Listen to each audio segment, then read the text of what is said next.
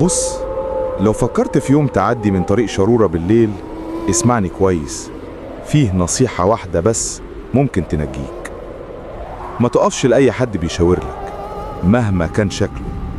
ولو حسيت إن في حد وراك أو سمعت صوت بيناديك، ما تبصش، لأن لو التفت هتكون آخر مرة تشوف فيها النور.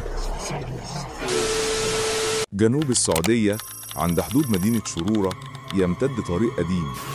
الناس ما بيذكروش اسمه، لكنهم بينادوه طريق الأشباح. طريق مظلم غطته رمال الصحراء من كل ناحية. لو دخلته بالليل نادرا ما بتشوف النور تاني.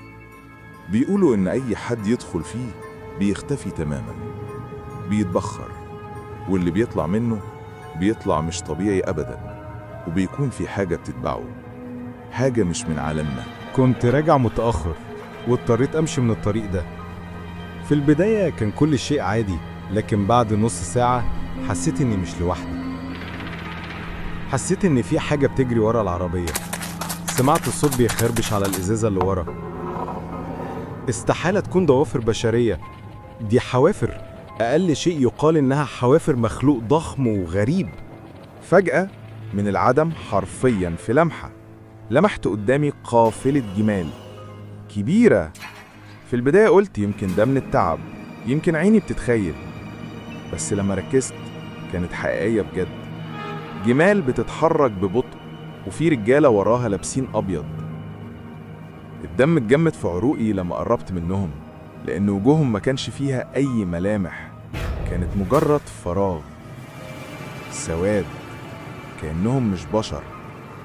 رفعت النور العالي عليهم عشان أتأكد من اللي شايفه بعيني، وفي اللحظة دي اختفوا في الهوا.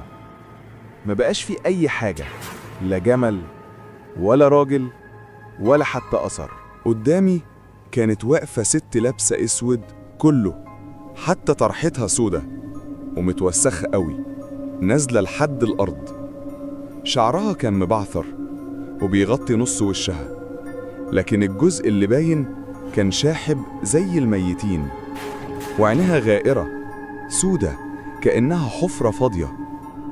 ايديها ضعيفة ونحيفة، صوابعها طويلة بطريقة مش طبيعية زي مخالب ناشفة. وقفت فجأة في نص الطريق، والهوا لف طرحتها كأنها بتتحرك لوحدها. بس الغريب، الطريق كان فاضي، مفيش أي حد. أنا فضلت ثابت مكاني، قلبي بيدق بسرعة، والعربية بتتهز من الخوف اللي فيا. وأنا ببص في المراية شفتها قاعدة